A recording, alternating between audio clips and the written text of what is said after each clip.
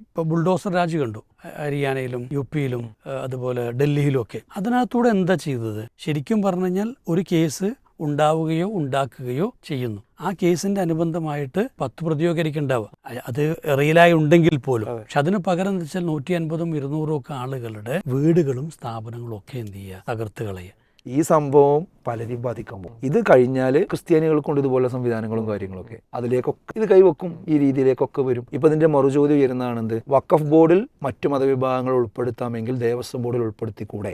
ചർച്ച ഇപ്പൊ തന്നെ ഓപ്പൺ ചെയ്തിട്ടുണ്ട്. അപ്പൊ ആ ഡിസ്കഷന് ഉത്തരം പറയേണ്ടി വരില്ലേ?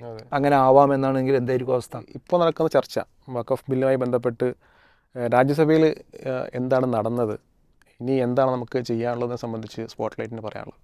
അതെ, നമ്മൾ സ്പോട്ട്ലൈറ്റിൽ വഖഫ് വിഷയം പലപ്പോഴും ചർച്ച ചെയ്തു, ഇപ്പോൾ ചർച്ച ചെയ്യുന്നു, ഇനിയും ചർച്ച ചെയ്യേണ്ടി വരും. കാരണം ആ ചർച്ച അടങ്ങിയിട്ടില്ല, അത് പുകഞ്ഞുകൊണ്ടും കത്തിക്കൊണ്ടിരിക്കുകയാണ്. അത് പൂർണ്ണമായി എന്നാണോ അടങ്ങുന്നത് അന്ന് തന്നെ നമുക്ക് ഈ ചർച്ചകൾ അവസാനിപ്പിക്കാൻ കഴിയുള്ളൂ. ഇവിടെ സംഭവിച്ചത് എന്താ വെച്ചാൽ, നേരത്തെ ഗവൺമെൻറ് ആണെങ്കിൽ, ഇപ്പോൾ ഒരു കൂട്ടുകക്ഷി ഗവൺമെൻറ് ആണല്ലോ, ഇതിനു മുമ്പ് കുറച്ചുകൂടി ഭൂരിപക്ഷമുള്ള സംവിധാനമായിരുന്നത്. അന്നത്തെ രീതി ആയിരുന്നുവെങ്കിൽ ഇപ്പോൾ അത് പാസ്സാകുമായിരുന്നു. പക്ഷേ ഇപ്പോൾ ഒരു കൂട്ടുകക്ഷി ഭരണമായതുകൊണ്ട് തന്നെ അത് JPCക്ക് വിടൽ നിർബന്ധമായി വന്നു. JPCക്ക് വിടുന്നത് എന്തുകൊണ്ടെന്ന് വെച്ചാൽ, അത് ഒരു നിഷ്പക്ഷമായ രീതിയിൽ, ജനാധിപത്യപരമായ രീതിയിൽ എല്ലാവരെയും കേട്ട് എല്ലാവരെയും കൺസെൻറ്റ് വാങ്ങി ആണ് അത് കൊണ്ടുവരുന്നത് എന്നൊരു പ്രതീതി ഉണ്ടാക്കാൻ വേണ്ടിയാണ്. യഥാർത്ഥത്തിൽ JPCയുടെ എല്ലാ മാനദണ്ഡങ്ങളിലൂടെയും അത് ജനാധിപത്യപരമായി കടന്നു വന്ന ശേഷമാണെങ്കിൽ ഈ രീതിയിൽ അത് പാസ്സാക്കാൻ കഴിയില്ല. അതായത് 44 ഭേദഗതികളാണ് പിന്നെ JPCയിൽ എന്ത് ചെയ്തത്, പിന്നെ പ്രതിപക്ഷം ഉന്നയിച്ച് അത് മുഴുവൻ തള്ളിക്കൊണ്ടാണെന്ത്, തീർത്തും ജനാധിപത്യ വിരുദ്ധമായ രീതിയിലാണ്. അതിൻ്റെ അധ്യക്ഷനാകേണ്ടത് യഥാർത്ഥത്തിൽ പ്രതിപക്ഷത്തു നിന്നുള്ള ആളാണ്, അത് അനുവദിച്ചിട്ടില്ല. അവിടുന്ന് തന്നെ അതിൻ്റെ ഗ്യാസ് പോയി. അപ്പോൾ നമുക്കിവിടെ പറയാനുള്ളത് എന്താ വെച്ചാൽ, JPCയുടെ ധർമ്മം എന്ത് ചെയ്തിട്ടില്ല, നിർവഹിച്ചിട്ടില്ല. അതാണ് ഇതിൽ ഏറ്റവും പ്രധാനപ്പെട്ട ഒരു വിഷയം. അതായത് ജനാധിപത്യത്തിൻ്റെ സംവിധാനങ്ങളിൽ വളരെ പ്രധാനപ്പെട്ട ഒരു കാര്യമാണ്, പാർലമെൻറ്റിൽ ഒരു ചർച്ച നടന്നു കഴിഞ്ഞാൽ, അതിൽ ഡിസ്പ്യൂട്ട് വന്നു കഴിഞ്ഞാൽ അത് പ്രതിപക്ഷത്തിൻ്റെ കൂടി പരിഗണന വെച്ചുകൊണ്ട് അതിനെ കുറച്ച് ഡീറ്റെയിൽ ആയിട്ട് പഠിച്ച് അതിനെ നിർദ്ധാരണം ചെയ്തെടുക്കാനുള്ളൊരു സംവിധാനമാണ് JPC എന്ന് പറയുന്നത്. ആ സംവിധാനം എന്ത് ചെയ്തു, ഈ വിഷയത്തിൽ പിന്നെ നിരാകരിക്കപ്പെട്ടു. അപ്പോൾ അതതിൻ്റെ ധർമ്മം നിർവഹിച്ചിട്ടില്ല എന്നുള്ളതാണ് ഇതിൽ ഒന്നാമത്തെ വിഷയം. മറ്റൊന്ന്, രാജ്യസഭയിൽ ഇത് കൊണ്ടുവന്നു. യഥാർത്ഥത്തിൽ എന്താണ് അവിടെ സംഭവിച്ചത് എന്നത് ഇപ്പോഴും പലർക്കും വ്യക്തമല്ല. ലോക്സഭയിൽ രാജ്യസഭയിൽ നടക്കുന്നു, അതിൽ പലതും പറയുന്നുണ്ട്. അതായത് അവസാന ഘട്ടത്തിലാണ് എന്ത് ചെയ്യുന്നത്, ഇത് ടേബിൾ ചെയ്യുന്നത്. ഇത് ടേബിൾ ചെയ്യുന്ന സമയത്ത് അതിൻ്റെ തൊട്ട് മുമ്പ് ബജറ്റ് അവതരിപ്പിച്ച സമയമാണ്. അപ്പോൾ ബജറ്റിൻ്റെ ചർച്ച അതിൻ്റെ മർമ്മത്തിലേക്ക് വരാതിരിക്കാൻ ഇത് പെട്ടെന്ന് കൊണ്ടുവന്നിട്ട് ഒരു അന്തരീക്ഷം മാറ്റി അതിനാവശ്യമായിട്ടുള്ളൊരു അജണ്ട മാത്രമായിട്ടാണ് ആ സമയത്ത് ഉപയോഗിച്ചത് എന്നുള്ളൊരു ആരോപണം നിലനിൽക്കുന്നുണ്ട്. അതിൽ കഴമ്പുണ്ടോയെന്ന് എന്ത് ചെയ്യേണ്ടതുണ്ട്, ശരിക്ക് പരിശോധിക്കേണ്ട ഒരു വിഷയമാണ്. പിന്നെ സ്വാഭാവികമായിട്ടും എന്തെന്ന് വെച്ചാൽ, അവിടെ ബഹളം വന്നു പ്രതിപക്ഷത്തു നിന്ന്. അതിൽ നമുക്ക് കാണാൻ പറ്റുന്ന, ഇപ്പോൾ ഇന്ത്യ മുന്നണി പുറത്തേക്ക് നോക്കുമ്പോൾ നല്ല പ്രശ്നമുണ്ട്. നേരത്തെ വിഷയത്തിലൊക്കെ പിന്നെ ഇപ്പോൾ ഡൽഹി തെരഞ്ഞെടുപ്പിലൊക്കെ നമ്മൾ കണ്ടല്ലോ, ഒരു വിഭാഗീയത ഉണ്ട്. പക്ഷേ ഈ വിഷയം വന്നപ്പോൾ പിന്നെ ഒരു പ്രതിപക്ഷത്തിലുള്ള എല്ലാ കക്ഷികളും നന്നായിട്ട് അതിലൊരു ഏകകണ്ഠമായി തന്നെ നിന്നു എന്നുള്ള ഒരു ഫീല് നമുക്ക് തോന്നുന്നുണ്ട്. അതുകൊണ്ട് തന്നെ അതിൻ്റെ പ്രൊസീജിയറുകൾ പൂർത്തിയാക്കാനൊന്നും കഴിഞ്ഞിട്ടില്ല. അത് സംഗതി ടേബിൾ ചെയ്തു, അത് അംഗീകരിച്ചു. ഇനി ലോക്സഭയിൽ എന്ത് സംഭവിക്കും എന്നുള്ളതൊക്കെ നോക്കി കാണേണ്ട കാര്യമാണ്. ഒരു കാര്യം ഉറപ്പാണ്, ഇവിടെ നമ്മളൊരു കാര്യത്തിൽ എഡിറ്റ് ചെയ്ത് പറയേണ്ടതുണ്ട്. അതായത് വഖഫ് ബില്ല് ഭേദഗതി എന്നുള്ള വാക്ക് പോയിട്ട് വഖഫ് സംവിധാനം തന്നെ എന്തല്ല ഇല്ലാതെയാകുന്നു എന്നുള്ളതാണ് സംഭവിക്കാൻ പോകുന്നത്. ഈ സാധാരണ വീടുകളിലൊക്കെ മരണം സംഭവിച്ചാൽ പിന്നെ മരിച്ച അവിടുത്തെ പിന്നെ പിതാവാണ് മരിച്ചതെങ്കിൽ അവരെ പുതച്ച് കിടത്തുമല്ലോ. അപ്പോൾ അവിടെ ചെറിയ കുട്ടികളുണ്ടാവും, പേരമക്കളൊക്കെ ഉണ്ടാവും. അപ്പോൾ അവർ അതിലെ കളിച്ച് നടക്കുന്നുണ്ടാവും. അവർക്കത് കണ്ടാൽ തോന്നുക ഇവർ ഉറങ്ങുന്നതാണ്, എന്തോ മരിച്ചു എന്നുള്ള ആ ഒരു ഫീൽ ഉണ്ടാവില്ല. പിന്നെ അവർ കരയാറ് എപ്പോഴാന്ന് ചോദിച്ചാൽ, കുറേ സമയം കഴിഞ്ഞ് ഇത് കട്ടിലേന്തി വീട്ടിൽ നിന്ന് ആളുകൾ ഒന്നിച്ച് ഇറക്കി കൊണ്ടുപോകുമ്പോഴാണ് കുട്ടികൾ എൻ്റെ വാപ്പാനെ എവിടേക്കാണ് കൊണ്ടുപോയി വയ്ക്കും. എന്നിട്ട് അപ്പോഴാണ് മരിച്ചു എന്നുള്ള ബോധ്യം വരാറുള്ളത്. യഥാർത്ഥത്തിൽ ഇതിപ്പോൾ മരിച്ചിട്ടുണ്ട്. ഈ 44 ഭേദഗതി തള്ളി ഇവർ കൊണ്ടുവന്ന സാധനം പാസ്സാകുന്നതോടുകൂടി വഖഫ് എന്ന് പറഞ്ഞ സംവിധാനം തന്നെ ഇന്ത്യ രാജ്യത്ത് നിന്ന് ഇല്ലാതെയാകുകയാണ്. പക്ഷെ ഇപ്പം നമുക്കത് ഉറങ്ങിക്കിടക്കുകയാണ് എന്നുള്ള തോന്നലാണിത് ഉള്ളത്. പക്ഷെ ഇനി അത് സ്ട്രക്ചറിലേക്ക് എടുക്കുമ്പോൾ മനസ്സിലാവുന്നത് സമുദായത്തിനും ആൾക്കാർക്കൊക്കെ മനസ്സിലാവും അത് സംഭവം ഇല്ലാതായിട്ടുണ്ട്. ആ രീതിയിലേക്കാണ് ഇപ്പോൾ ആ കാര്യം ചെയ്തിട്ടുള്ളത് വന്നിട്ടുള്ളത്. കാരണം എന്താണെന്ന് വെച്ചാൽ ഇവിടെ പിന്നെ ഭരണഘടനയുടെ പ്രധാനപ്പെട്ട വകുപ്പുകൾ നോക്കുകുത്തിയാക്കിക്കൊണ്ടാണ് ഇത് കൊണ്ടുപോയിട്ടുള്ളത്. ഇപ്പോൾ ഭരണഘടനയുടെ ആർട്ടിക്കിൾ 13, 15, 25, അതേപോലെ 26, 29, 30 ഈ വകുപ്പുകളുടെയൊക്കെ ഖണ്ഡനമാണ് യഥാർത്ഥത്തിൽ. അതിനെയൊക്കെ നിഷ്പ്രഭമാക്കിക്കൊണ്ടാണ് ഈ സംവിധാനം ചെയ്തിട്ടുള്ളത് വന്നിട്ടുള്ളത്. അവിടെ സംഭവിക്കാൻ പോകണം എന്താണെന്ന് വെച്ചാൽ ഒരു ഭാഗത്ത് പ്രശ്നങ്ങൾ ഉണ്ടാക്കും, പരാതികൾ ഉണ്ടാക്കും. പരാതികൾ ഉണ്ടാക്കാനുള്ള എല്ലാ സംവിധാനം അതിൻ്റെ ഏറ്റവും പ്രധാനപ്പെട്ട സംഗതിയാണ് ഇത് അതായത് കൊണ്ടുവരുന്ന സമയത്ത് ജയ് ശ്രീറാം വിളിച്ചുകൊണ്ടാണ് എന്ത് ചെയ്യുന്നത്. ഈ വഖഫ് ബില്ലിൻ്റെ ചർച്ച നടക്കുന്നിടത്ത് ജയ് ശ്രീറാം വിളിക്കേണ്ട കാര്യം എന്താ? അപ്പോൾ ഇതൊരു അജണ്ടയാണ്. ഇത് ഞങ്ങൾ നേരത്തെ നിശ്ചയിച്ചുറപ്പിച്ച കുറേ കാര്യങ്ങളുണ്ട്. അതിൽപ്പെട്ട ഒരു സാധനമാണെന്ത് ഈ വഖഫ് എന്ന് പറയുന്നത്. അതായത് ആ വഖഫ് എന്ന് പറയുന്ന സംവിധാനത്തിൻ്റെ അടിസ്ഥാനം തന്നെ എന്ത് ചെയ്യാണ്, ഇല്ലാതെയാക്കി കൊണ്ടുപോകുന്നു. അത് ഞങ്ങളുടെ ഒരു അജണ്ടയാണ് എന്ന രൂപത്തിൽ തന്നെയാണ് ഈ കാര്യങ്ങൾ വരുന്നത്. അപ്പോൾ ഇവിടെ നമുക്ക് പറയാനുള്ളത് എന്താണെന്ന് വെച്ചാൽ ഇതിൽ കുറച്ചുകൂടെ ഗൗരവത്തോടു കൂടി ഈ വിഷയത്തെ നമ്മൾ പരിഗണിക്കേണ്ടതുണ്ട്. അതിൽ ചെയ്യേണ്ട കാര്യങ്ങളുണ്ട്. ഒന്ന്, ഇതിനിപ്പോൾ എതിർക്കുന്ന ആളുകളുണ്ടല്ലോ, ആ എതിർക്കുന്ന ആളുകൾ ശ്രദ്ധിക്കേണ്ട ഒരു കാര്യം എന്താ വെച്ചാൽ, ഒന്ന് കൃത്യമായ ഹോംവർക്ക് ഈ വിഷയത്തിൽ നടക്കേണ്ടതുണ്ട്. എങ്ങനെയാണ് ഈ വിഷയത്തെ പ്രതിരോധിക്കേണ്ടത് എന്ന കാര്യത്തിൽ കൃത്യമായ ഹോംവർക്ക് നടക്കേണ്ടതുണ്ട്. അതുപോലെ തന്നെ ഫോളോ അപ്പ് ഈ വിഷയത്തിൽ ആവശ്യമാണ്. അത് ഗവൺമെൻറ് എന്തെങ്കിലും ഒരു സാധനം ടേബിളിൽ വെക്കുമ്പോൾ അപ്പോൾ പെട്ടെന്ന് ഓർത്ത് അപ്പോഴാണ് ചില ആളുകൾക്കൊക്കെ ഇത് വരുന്നുണ്ട് എന്നുള്ള ഇതിനൊരു ജാഗ്രതൻ്റെ കുറവുണ്ടോ എന്നതിന് മൊത്തത്തിൽ നമ്മൾ വീക്ഷിക്കുമ്പോൾ എന്ത് ചെയ്യുന്നുണ്ട്, പ്രതിപക്ഷത്തു നിന്നും അതുപോലെ തന്നെ അതിൽ ഇതിൻ്റെ ഏറ്റവും എഫക്റ്റ് ചെയ്യണ വിഭാഗം ഉണ്ടല്ലോ, ആ വിഭാഗത്തിനൊക്കെ. അതാണ് ആ എഫക്ഷൻ എന്ന് പറഞ്ഞാൽ എന്താ വെച്ചാൽ, ഒരു ഭാഗത്ത് പരാതി ഉണ്ടാക്കും എന്ന് പറഞ്ഞല്ലോ, പരാതി ഉണ്ടാകും. ആ പരാതിയുടെ കടലാസ് കിട്ടിക്കഴിഞ്ഞാൽ ആ ഭൂമി തർക്കഭൂമിയായി. പിന്നെ അതിൽ പരാതിക്ക് തീർപ്പ് കൽപ്പിക്കേണ്ടത് ജില്ലാ കളക്ടറാണ്. അതാണല്ലോ ഇപ്പോൾ ഈ വഖഫ് ബില്ലിലെ പ്രധാനപ്പെട്ട ഒരു വിഷയം. അതിലെന്തില്ല, വഖഫ് ബോർഡിനോ വഖഫ് ട്രിബ്യൂണലിനോ അഥവാ ഇത് വഖഫ് ചെയ്ത ആളുകൾക്ക് അതിൽ ഒരു ഇതുമില്ല. പിന്നെ ആ ബോഡികളിലൊക്കെ മറ്റു വിഭാഗങ്ങളും ആളുകളൊക്കെ എന്ത് ചെയ്തു വന്നു, അതിനെ മതനിരപേക്ഷമാക്കി. അതോടുകൂടി അതിലെന്ത് ചെയ്യാൻ കഴിയില്ല, ആ രീതിയിലേക്ക് ഇനി നീതിപൂർവ്വം കാര്യങ്ങൾ ചെയ്യാൻ കഴിയില്ല. അപ്പോൾ ഒക്കെ പിന്നെ സർക്കാരിൻ്റെ സംവിധാനമാണെന്ത് ഈ ജില്ലാ കളക്ടർ എന്ന് പറയുന്നത്. കോടതി അങ്ങനെ മാത്രമല്ല, ലോകത്ത് തന്നെ നിയമ വ്യവഹാരങ്ങൾ കൂടുതൽ നടക്കുന്ന ഒരു രാജ്യമാണ് ഇന്ത്യ. കൂടുതൽ കേസുകൾ കെട്ടിക്കിടക്കുന്ന രാജ്യങ്ങളിൽപ്പെട്ട ഒരു രാജ്യമാണ് ഇന്ത്യ. അത് കൈകാര്യം ചെയ്യാനുള്ള ജുഡീഷ്യൽ സംവിധാനങ്ങൾ വളരെ കുറവുള്ള ഒരു സംവിധാനമാണ്, ഒരു രാജ്യമാണ് ഇന്ത്യ. ആ സംവിധാനത്തിലേക്കാണ് ഈ വഖഫിൻ്റെ വിഷയം കൂടി എന്ത് ചെയ്യുന്നത്, കൊണ്ടുപോയി കൊടുക്കുന്നത്. അത് കലക്ടറുടെ മുമ്പിലും മറ്റു സംവിധാനങ്ങളുടെ മുമ്പിലൊക്കെ ഇഷ്ടം പോലെ പ്രശ്നങ്ങളും കേസുകളും വേറെ തന്നെ ഉണ്ട്. എന്നിട്ടാണ് ഇത് ഈ വഖഫ് ട്രിബ്യൂണൽ തന്നെ അതിൻ്റെ മുമ്പിൽ വരുന്ന പ്രശ്നങ്ങൾ പരിഹരിച്ചിട്ട് എന്ത് ചെയ്യണില്ല, പലപ്പോഴും തീരുന്നില്ല. എന്നിട്ട് അതും കൂടി എടുത്ത് ഇവിടെ കൊണ്ടുപോയി കൊടുത്താൽ എന്നാ അതൊക്കെ തീരാൻ പോകുന്നത്. അപ്പോൾ മൊത്തം എന്താ വരിക എന്ന് വെച്ചാൽ ഇതൊക്കെ ഡെഡായി കിടക്കും. വഖഫ് ഭൂമികളൊക്കെ ഡെഡായി കിടക്കും. ഒന്നും ആർക്കും അത് കൈകാര്യം ചെയ്യാനും മറ്റു കാര്യങ്ങൾക്കും അതിൽ നിന്ന് വരുമാനം എടുക്കാനോ മറ്റു കാര്യങ്ങൾക്കും ഒന്നും അതിൽ ബിൽഡിംഗ് നിർമ്മിക്കാനോ മറ്റു കാര്യങ്ങളൊന്നിനും കഴിയാത്തൊരവസ്ഥ വരും. ഇത് മൊത്തം നിശ്ചലമായി നിൽക്കുക ചെയ്യുക. അതാണ് ഞാൻ പറഞ്ഞത്, സംഗതി മരിച്ചു, അതിനെ കൊന്നു, അതന്നെ സംഭവം. അപ്പോൾ ഇനി ചെയ്യേണ്ടത് എന്താ വെച്ചാൽ, പാർലമെൻറ്റും സംവിധാനങ്ങളും ഏകപക്ഷീയമായി പോവുകയാണെങ്കിൽ പിന്നെ അതിന് സമരം തന്നെയാണ്. പുറത്ത് ജനങ്ങൾക്കിടയിൽ ഈ വിഷയം ബോധവൽക്കരിച്ചുകൊണ്ട് അത് സമരവുമായി മുന്നോട്ട് പോവുക എന്നുള്ളതിന് ഇപ്പോൾ ഞാൻ നേരത്തെ പറഞ്ഞ ഒരു ഹോംവർക്ക് ആ വിഷയത്തിൽ വേണം, ഫോളോ അപ്പ് വേണം. അതേപോലെ തന്നെ സമുദായ സംഘടനകൾ നേരിട്ട് ബാധിക്കുന്ന മുസ്ലിം കമ്മ്യൂണിറ്റി ഉണ്ടല്ലോ, ആ സമുദായ സംഘടനകൾ ഈ വിഷയത്തിൽ കൂട്ടായ ഡിസ്കഷനുകൾ നടത്തേണ്ടതുണ്ട്. എന്നിട്ട് എങ്ങനെയാണ് ഈ വിഷയം കൈകാര്യം ചെയ്യേണ്ടത് എന്നുള്ളൊരു രൂപരേഖ തയ്യാറാക്കി മുന്നോട്ട് പോകേണ്ടതുണ്ട്. അല്ലാതെ ഓരോ മതസംഘടനകളും ആളുകളും ഓരോ ചർച്ചയും കാര്യം അവിടെയും ഇവിടെയും സംഘടിപ്പിച്ചുകൊണ്ട് മാത്രമായില്ല. അതിനിപ്പോൾ ഇവിടുത്തെ മുസ്ലിം കോർഡിനേഷൻ കമ്മിറ്റിക്കൊക്കെ ഭയങ്കരമായ ഉത്തരവാദിത്വം ഈ സമയത്ത് ഉണ്ട്. അതിനുവേണ്ടി പ്രത്യേകമായ സിറ്റിങ്ങുകളും കാര്യങ്ങളൊക്കെ ഇനി വൈകാൻ പറ്റില്ല. അല്ലെങ്കിൽ എന്താ സംഭവിക്കുക വെച്ചാൽ, ഇത് അത്ര തന്നെ ഇതിൻ്റെ എല്ലാ ഭാഗവും ചിന്തിക്കാത്ത കുറച്ച് വൈകാരികമായി കാര്യങ്ങൾ എടുക്കുന്ന സംഘടനകളും വ്യക്തികളും സംവിധാനങ്ങളൊക്കെ ഉണ്ടാവും. അവർ ഈ വിഷയം കൈകാര്യം ചെയ്യും. അവർ ഈ വിഷയം കൈകാര്യം ചെയ്യുമ്പോൾ അത് നമ്മൾ ഉദ്ദേശിച്ച രീതിയിലാവില്ല അത് വർക്കൗട്ട് ആവുക. അപ്പോൾ അത് ഇവരെ ഇത് കൊണ്ടുവന്ന ആളുകളുടെ ഉദ്ദേശം സഫലമായി ആക്കി കൊടുക്കുന്ന രീതിയിലായിരിക്കാം ഇവരുടെ നീക്കങ്ങൾ ഉണ്ടാവുക. അപ്പോൾ അവരുടെ ലക്ഷ്യം നേടുക ചെയ്യുക. ഇവിടെ ഒരു കലാപവും കച്ചറയും പ്രശ്നം ഉണ്ടാക്കിക്കൊണ്ടാണ് ഈ വിഷയം കൈകാര്യം ചെയ്യാൻ അവരുദ്ദേശിക്കുന്നത്.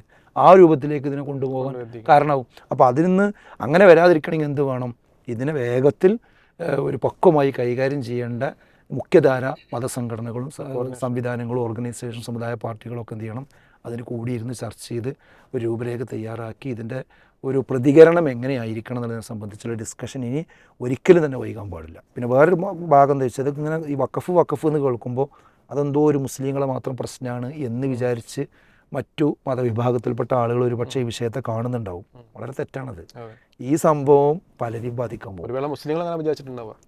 അതെ, ഇത് കഴിഞ്ഞാൽ ഇനി ക്രിസ്ത്യാനികൾക്കുണ്ട് ഇതുപോലെ സംവിധാനങ്ങളും കാര്യങ്ങളൊക്കെ, അതിലേക്കൊക്കെ എന്ത് ചെയ്യും, ഇത് കൈവെക്കും, ഈ രീതിയിലേക്കൊക്കെ വരും.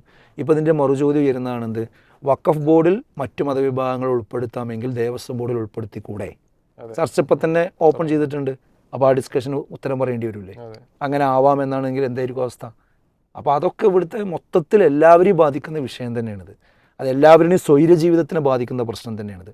ഇപ്പോൾ മുനമ്പാണല്ലോ കേരളത്തിൽ ഇപ്പോൾ വലിയ വിഷയമായിട്ട് നിൽക്കുന്നത്. അപ്പോൾ മുനമ്പം വിഷയം വഖഫ് ബില്ല് ഇതുപോലെ പാസ്സായാൽ പരിഹാരമാവുമെന്നാണ് പറയുന്നത്. അത് യഥാർത്ഥത്തിൽ ആ ആളുകൾക്ക് കൂടുതൽ ദുരിതങ്ങൾ ഉണ്ടാക്കുക ചെയ്യുക. കാരണം ഇപ്പോൾ ഈ വിഷയം എന്ത് ചെയ്യും, ഇത് കലക്ടർ മുമ്പിലേക്കും മറ്റുള്ള വിഷയത്തിലേക്കും പോകും. അവിടുന്ന് പെട്ടെന്ന് പരിഹാരമായി കിട്ടുന്നില്ല, ഇവർക്ക് ദുരിതം വർദ്ധിക്കുക ചെയ്യുക.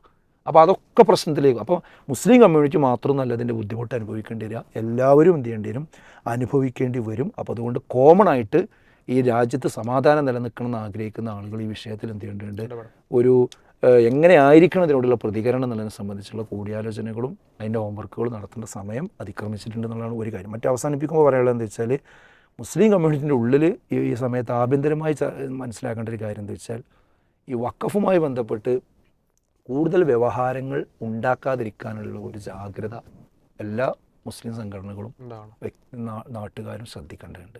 കാരണം ഒരു ഭാഗത്ത് വഖഫിൻ്റെ അടിസ്ഥാനം തന്നെ കീഴ്മേൽ മറിക്കുന്ന സാഹചര്യം ഉണ്ടാവുകയും എന്നിട്ട് ഇവിടെ പരസ്പരം അങ്ങോട്ടും ഇങ്ങോട്ടും ബോധപൂർവം പ്രശ്നങ്ങൾ, ഇപ്പോൾ ഒരു വിഭാഗം നടത്തിക്കൊണ്ടിരിക്കുന്ന പള്ളി, ആ പള്ളി അത് നമുക്ക് എന്തേ ചെയ്യാൻ പറ്റുള്ളൂ, തർക്കങ്ങൾ സമൂഹത്തിലുണ്ടാവും, സംഘടനകളിൽ പിന്നെ പ്രശ്നങ്ങളുണ്ടാവും. ആ ഒരു സംഘടനയിൽ പ്രശ്നം ഉണ്ടായിട്ട് അവിടെ 2-3 പള്ളികൾ ഒരു പള്ളിയിൽ തന്നെ അവകാശവാദങ്ങൾ ഉന്നയിക്കുക എന്നുള്ളതൊക്കെ കേരളത്തിൽ നേരത്തെ സംഭവിച്ചു പോരുന്ന കാര്യങ്ങളാണ്. അത് പരമാവധി ഇല്ലാതിരിക്കാൻ തന്നെ ശ്രദ്ധിക്കണം. പക്ഷേ സംഭവിച്ചു കഴിഞ്ഞാൽ അതെല്ലാവരും കൂടെ ഉണ്ടാക്കിയ സ്ഥാപനമായിരിക്കും. അപ്പോൾ സ്വാഭാവികമായിട്ടും ആ പ്രശ്നം ഉണ്ടാകുന്ന സമയത്ത് ആരാണോ അത് മെയിൻറ്റെയിൻ ചെയ്ത് കൊണ്ടുനടക്കുന്നത് അവരത് കൈവശം വെച്ച് മുന്നോട്ട് പോകുന്ന രീതിയാണ് ഇപ്പോൾ കേരളത്തിൽ നിലനിൽക്കുന്നത്.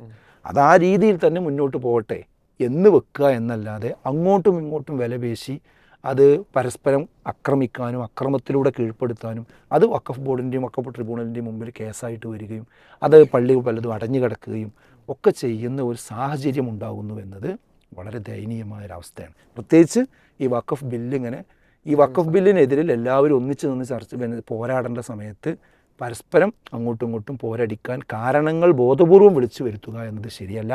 അതുകൂടി സമുദായം ഈ സമയത്ത് ശ്രദ്ധിക്കേണ്ട കാര്യം. തീർച്ചയായും ഈ ഒരു വിഷയം സാറൊക്കെ പറഞ്ഞ പോലെ 2-3 തവണ നമ്മൾ ചർച്ച ചെയ്തു. ഇതിൻ്റെ പ്രസക്തി നാൾക്ക് നാൾ പിന്നെ വർദ്ധിച്ചു വരുന്നുണ്ട്. നമ്മൾ ഈ ഒരു ടോപ്പിക്ക് ചർച്ച ചെയ്യുമ്പോൾ ഇപ്പം സർവ്വകാലം സൂചിപ്പിച്ചു, ഈ പാർലമെൻറ്റിൽ ഇത് പാസ്സായപ്പോൾ ജയ് ശ്രീറാം വിളിച്ചിട്ടാണ് അവരിത് പിന്നെ പാസ്സാക്കുന്നതിന് വേണ്ടിയിട്ടുള്ള ഒരു ആഹ്വാനം നടത്തിയതെന്ന് പറഞ്ഞു. അപ്പോൾ ഇത്തരം വൈകാരികമായ ഒരു പിന്നെ രീതിയിൽ അതിനെ അവിടെ പിന്നെ ഭരണമുന്നണി അതിനെ ഏറ്റെടുക്കുന്നൊരു സാഹചര്യം ഉണ്ടായി. അത് ഉണ്ടാകാനുള്ള കാരണം എന്താണ്? അതല്ലെങ്കിൽ ഇതിൻ്റെ പിന്നിലുള്ള രാഷ്ട്രീയം എന്താണെന്നുള്ളത് നമുക്ക് പാർലമെൻറ്റിൻ്റെ മേശപ്പുറത്ത് ധാരാളം ബില്ലുകൾ വരും. അതൊക്കെ ഒരു രാജ്യത്തിൻ്റെ പല ആവശ്യങ്ങളുമായി ബന്ധപ്പെട്ടുകൊണ്ട് വരുന്നതാണ്. അല്ലെങ്കിൽ നിയമനിർമ്മാണങ്ങൾ നടത്തേണ്ടത് അത്യാവശ്യമായിരിക്കും. പക്ഷേ ഈ ബില്ലുകളൊക്കെ വരുമ്പോൾ പ്രത്യേകമായിട്ടൊരു ജയ് ശ്രീറാം വിളിക്കേണ്ട ഒരു പ്രശ്നം ചെയ്യുന്നില്ല, അതിൽ വരുന്നില്ലല്ലോ. മാത്രമല്ല ഇതിലെന്തോ ആരെയോ ചതയ്ക്കുന്ന, ആർക്കെതിരെയോ പ്രത്യേകമായിട്ട് എന്തോ ചെയ്യാൻ പോകുന്നു എന്നുള്ള തോന്നലുണ്ട് എന്നുള്ളത് തന്നെയാണ്.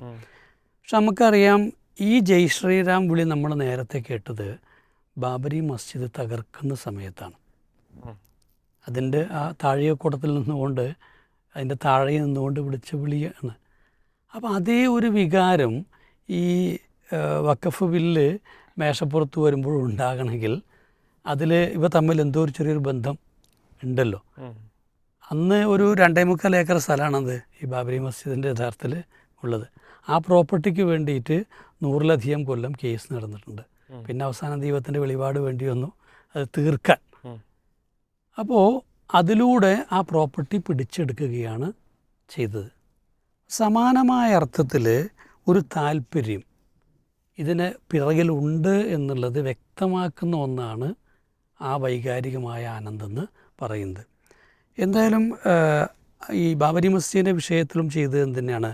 അത് മെല്ലെ മെല്ലെ രാജ്യത്തെ ഒരു ന്യൂനപക്ഷ വിഭാഗത്തിൻ്റെ ആത്മാഭിമാനത്തെ പരമാവധി മുറിവേൽപ്പിക്കുക, പിന്നെ അതിനെ ഒരു കളിയാക്കുന്ന രൂപത്തിലൊരു വിധി കൊണ്ടുവരിക, അങ്ങനൊരു അരക്ഷിത ബോധം ഉണ്ടാക്കുക, ഒരു നിസ്സഹായാവസ്ഥ സൃഷ്ടിക്കുക. ഇങ്ങനെ ഒരു തരത്തിൽ ഇവരെങ്ങനെ പ്രതികരിക്കും, ഇവരെങ്ങനെ ഇതിനോട് ഒരു ഏറ്റുമുട്ടലിലേക്ക് വരും, അല്ലെങ്കിൽ ഏറ്റുമുട്ടലിലേക്ക് വരണം എന്ന ഒരാഗ്രഹത്തോടെയാണ് ഇതൊക്കെ ചെയ്തത്. ഇപ്പം ഇവിടെ എന്താ വെച്ചാൽ ഇതിൻ്റെ അഡീഷണലായിട്ട് സംഭവിക്കുന്നത് ഒരു സാമ്പത്തികമായ നിലയ്ക്കുള്ള ഒരു ക്രഞ്ചിങ് എന്നുവെച്ചാൽ ഒരു ഞെരുക്കം സൃഷ്ടിക്കുകയും അതിലൂടെ നമ്മൾ ലോക്കാക്കുക എന്ന് പറയില്ലേ. ഇപ്പോൾ പള്ളി അല്ലെങ്കിൽ മറ്റ് വഖഫ് സ്ഥാപനങ്ങൾ, മദ്രസയൊക്കെ എന്തായിരിക്കും, അതൊക്കെ എല്ലാ ദിവസവും പരിപാലിക്കപ്പെടേണ്ട അല്ലെങ്കിൽ നടത്തപ്പെടേണ്ടതായിരിക്കും. ഇതിന് ചെറിയ ചെറിയ വരുമാന മാർഗ്ഗങ്ങളൊക്കെ അക്കാരം ഉണ്ടാവുക. ഈ വരുമാന മാർഗ്ഗങ്ങളെല്ലാം കേസിലാകുന്നതോടെ ചിലപ്പോൾ റിസീവറെ ഏൽപ്പിക്കും, ആ ഫണ്ട് എന്ത് ചെയ്യാൻ നേരിട്ട് ഉപയോഗിക്കാൻ പറ്റൂല. അപ്പോൾ ഫലത്തിൽ ഇതിൻ്റെയൊക്കെ ദൈനംദിന പ്രവർത്തനങ്ങളെ പോലും ഇത് നിയന്ത്രണ വിധേയമാക്കി മാറ്റുമെന്നുള്ളതാണ്. അപ്പം മറ്റൊന്ന് വെച്ചാൽ എനിക്ക് തോന്നുന്നത്, നമ്മളിപ്പം ഇപ്പോൾ ബുൾഡോസർ രാജ് കണ്ടു ഹരിയാനയിലും യു പിയിലും അതുപോലെ ഡൽഹിയിലുമൊക്കെ. അതിനകത്തൂടെ എന്താ ചെയ്തത്? ശരിക്കും പറഞ്ഞു കഴിഞ്ഞാൽ ഒരു കേസ് ഉണ്ടാവുകയോ ഉണ്ടാക്കുകയോ ചെയ്യുന്നു. ആ കേസിൻ്റെ അനുബന്ധമായിട്ട് അതിലൊക്കെ ഒരു പ്രതിയോ അല്ലെങ്കിൽ 10 പ്രതിയോ ഒക്കെ ആയിരിക്കും ഉണ്ടാവുക, അത് റിയലായി ഉണ്ടെങ്കിൽ പോലും. പക്ഷെ അതിന് പകരം എന്ന് വെച്ചാൽ 150ഉം 200ഉം ഒക്കെ ആളുകളുടെ വീടുകളും സ്ഥാപനങ്ങളും ഒക്കെ എന്ത് ചെയ്യുക, തകർത്ത് കളയുക. എന്നുവെച്ചാൽ ചുരുക്കി പറഞ്ഞു കഴിഞ്ഞാൽ സാമ്പത്തികമായി ആ ഒരു സമുദായത്തെ തകർക്കുന്നതിനുള്ള ഒരു പദ്ധതിയാക്കി തന്നെയാണ് അതിന് മാറ്റിയെടുക്കുന്നത്. അപ്പോൾ ഇതിൻ്റെ ഒരു പിറകിലുള്ളൊരു രാഷ്ട്രീയം എന്ന് പറയുന്നത് വളരെ വ്യക്തമാണ്. മുസ്ലിം സമൂഹത്തിൻ്റെ ഈ ഒരു ഫൗണ്ടേഷൻ, അതിൻ്റെ ഒരു സാമ്പത്തിക അടിത്തറ പരമാവധി ഇല്ലാതെയാക്കുക എന്നുള്ളത്, മതപരമായി അവർക്ക് ഈ ജീവിതത്തിൽ അനുഷ്ഠിക്കേണ്ട കാര്യങ്ങൾക്കുള്ള സാധ്യതകളും സാഹചര്യങ്ങളും ഇല്ലാതെയാക്കുക എന്ന് പറയുന്നത്. പിന്നെ എന്താ വെച്ചാൽ എന്തായാലും ഇതൊരു ടെസ്റ്റ് ഡോസ് ഉണ്ട് ഇതിനകത്ത്. എന്തായാലും ഇതുവരെ വീണ്ടും വീണ്ടും ആവർത്തിച്ച് ചെയ്യുന്ന സമയത്ത് ഈ രാഷ്ട്രീയ പാർട്ടികളെല്ലാം തന്നെ നിലപാടെടുക്കാൻ പ്രേരിപ്പിക്കപ്പെടും ഒരു ഭാഗത്ത്. വേറൊരു ഭാഗത്ത് ഇവർ ഇതേ സമയത്ത് കൃത്യമായ ചില അജണ്ടകൾ വെച്ചുകൊണ്ടുള്ള പ്രചരണങ്ങൾ നടത്തി. അതിൻ്റെ ഒരു പരിണത ഫലം എന്താണ്? അവരുണ്ടാക്കിയെടുത്തൊരു ഒരു ബോധം, വഖഫ് ബോർഡ് എന്ന് പറയുമ്പോൾ അതിന് ഏത് ഭൂമിയിലും അവകാശം ഉന്നയിക്കാം. അങ്ങനെ ഉന്നയിച്ചു കഴിഞ്ഞാൽ കഴിഞ്ഞു, പിന്നെ അതെന്ത് ചെയ്യും, ഓരുടെ ഭൂമിയായിട്ട് മാറും. ഇത് കുറേയൊക്കെ ആളുകളുടെ ഉള്ളിൽ എങ്ങനെയൊക്കെയോ ഉണ്ടാക്കി. അതിന് കേരളത്തിൽ വീട് കിട്ടിയ ഒരു സാധനമായിരുന്നു മുനമ്പം എന്ന് പറയുന്നത്. അതും ഈ പറഞ്ഞ വാദമുഖവുമായിട്ട് ഒരു ബന്ധവും ഇതിനില്ല എന്നുള്ളത് ആ കേസ് പഠിച്ചാൽ അറിയാം. പക്ഷേ ഇത് തന്നെയാണ് ഇതര സമുദായങ്ങളിലടക്കം ഇവർ ആവർത്തിച്ച് പഠിപ്പിക്കാൻ ശ്രമിച്ചത്. അപ്പോൾ തുടർന്നും ഇത്തരത്തിലുള്ള പ്രചരണങ്ങൾക്കുള്ള ഒരു വേദിയാക്കിയിട്ടാണ് ഇതിനെങ്ങനെ നിലനിർത്തി കൊണ്ടുപോകുന്നത്. പിന്നെ അതിനകത്തൊരു സ്പ്ലിറ്റ് ഉണ്ടാക്കാൻ പറ്റില്ല, എന്താണ് നല്ലതെന്നുള്ള രീതിയിൽ. ഇനി വെച്ചാൽ ഇതിനെ വലിയൊരു വിഷയം, ഇപ്പോൾ നമുക്കറിയാം ഈ നിയമം വരുന്നതോടെ ഇപ്പോൾ നമ്മൾ ഇപ്പോൾ 3-4 തരത്തിലുള്ള വഖഫ് ഉണ്ടെന്ന് പറയാറുണ്ട്. ഇതിനകത്ത് ഈ വഖഫ് ബൈ ഡീഡ് അല്ലാത്ത ഒന്നിനെയും ഇനി അംഗീകരിക്കാനുള്ള നിവൃത്തിയില്ല. ഇത് യൂസറായിട്ടുള്ള വഖഫാണെങ്കിലും ബൈ വേർഡായിട്ടുള്ളതാണെങ്കിലും ഇനിയിപ്പോൾ സർക്കാർ കൊടുത്ത ഇതുണ്ടാവും, ഇതൊക്കെ എന്തു ചെയ്യും, മിക്കവാറും നഷ്ടപ്പെടും. അപ്പോൾ വ്യക്തമായ രേഖകളില്ലാത്ത ഏതൊരു വഖഫ് സ്വത്തിൻ്റെ മുകളിലും ഈ പറഞ്ഞ പോലെ പിടിവീഴുന്നുള്ളതാണ്. അപ്പോൾ നമുക്കറിയാം